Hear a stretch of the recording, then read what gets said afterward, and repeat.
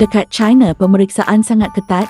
Bonda Rosita Ibrahim kata kalau bawa masuk barang mudah saja, tapi kalau bawa keluar barang sangat ketat. Suami saya tak minum kopi ratu dengan saya. Dekat sini, dia orang terlalu ketat pemeriksaan. Dekat China ni, kita bawa masuk barang, tak susah tau. Tapi kalau kita bawa keluar barang dari negara dia, dia punya spot check sangat-sangat ketat. Ada banyak makanan? Ada nak pergi beli roti tak? Okey, boleh. Yang tak nak makan roti air ke? Ada. Air ada banyak? Boleh. Tak payahlah.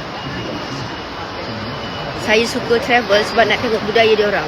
Saya sangat-sangat explore negara China. Sebab apa tahu?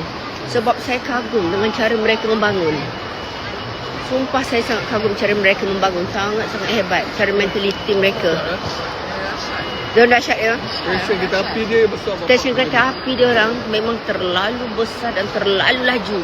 Bukan dekat ya, antara satu Guangzhou ke Shenzhen. Tak sampai 1 jam.